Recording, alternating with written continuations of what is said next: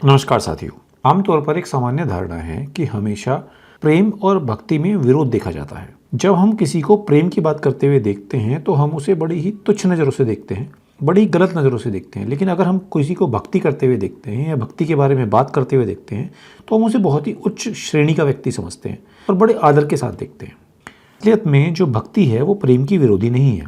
भक्ति एक्चुअल में प्रेम का ऊर्ध्वगमन है। भक्ति राग की विरोधी नहीं है। भक्ति है राग का रूपांतरण।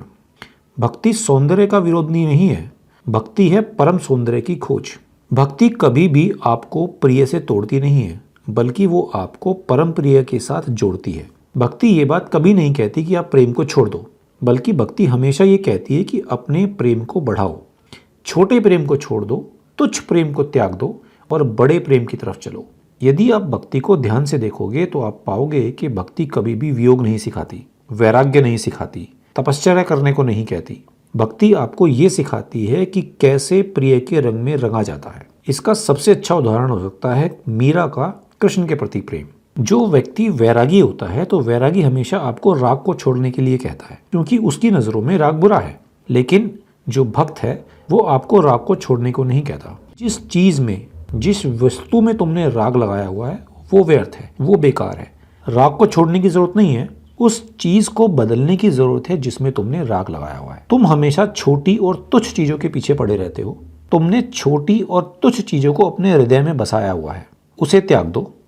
तुम्हारे दिल में, तुम्हारे दिमाग में हमेशा धन घुसा हुआ है। तुम्हें हमेशा पैसा चाहिए। तुम पैसे के पीछे पागल हो, तुम नशे के पीछे पागल हो, तुम्हें पद की बड़ी चाह है, तुम स्त्री के शरीर के पीछे पागल हो, तुमने उसे अपने हृदय के सिंहासन पर बैठाया हुआ है। भक्ति कहती है कि उसे छोड़ो, प्रभु को उस स्थान पर बैठाओ जहाँ पर तुमने धन को, मद को, पद को और स्त्री को बैठाया हुआ है। जितना परिश्रम, जितनी भागदौड़, जितनी दौड़ धूप तुम सांसारिक वस्तुओं के लिए करते हो, अगर उतनी परमात्मा के लिए करो तो परमात्मा बहुत आसानी से तुम्हें मिल सकता है। ये जो भक्ति है ना, इसका एक आधारभूत सिद्धांत ये है कि तुम गलत नहीं हो, तुम तो ठीक हो, लेकिन सिर्फ तुम्हारी डायरेक्शन, तुम्हारी जो दिशा है वो गलत है। तुम्हें अपने आप को नहीं बदलना है, केवल अपनी दिशा को बदल लेना है। सिर्फ दिशा को बदल लेने से ही सब कुछ अपने आप ठीक हो जाएगा। ये ठीक बिल्कुल वैसा ही है जैसे कि कोई आदमी बहुत प्यासा हो और वो पानी पीना चाहता हो और वो अपने घर से नदी की तरफ चले पानी के लिए, लेकिन वो अपनी दिशा गलत पकड़ ले और वो नदी की तरफ जाने की बजाय कहीं बाजार की तरफ चल पड़े।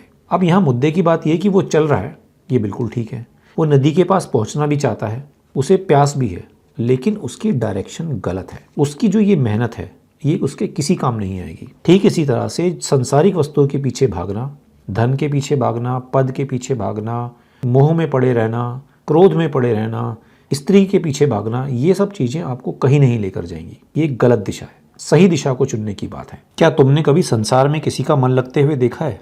इस संसार में कभी किसी का चित्त नहीं लगता।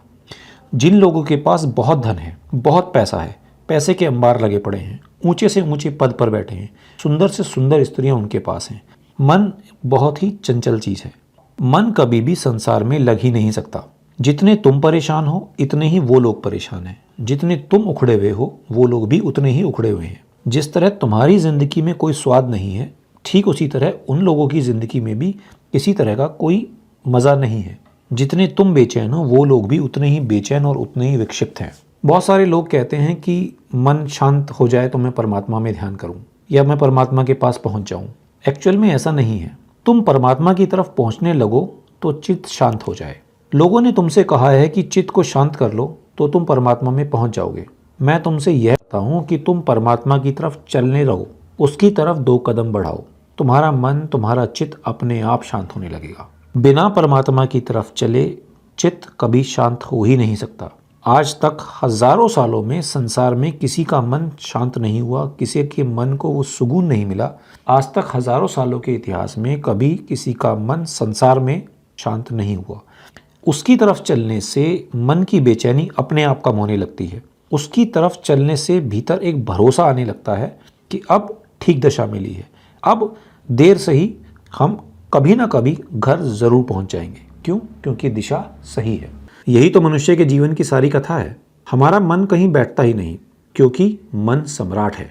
कभी तुम दुकान पर बैठना चाहते हो तो वो नहीं बैठेगा, कभी तुम उसे किसी दूसरे की देह पर बैठाना चाहते हो वो वहाँ भी नहीं बैठेगा। कभी तुम उसे बहुत ऊंचे पद पर बैठाना चाहते हो, वो वहाँ पर भी नहीं बैठता। मन की फितरत ये है कि मन अगर कभी कहीं बैठेगा तो केवल परमात्मा में बैठेगा, क्योंकि मन सम्राट है। संसार में, संसार की किसी भी चीज़ में मन कभी भी बैठता नहीं, उसे कभी भी शांति और सुकून नहीं मिलती।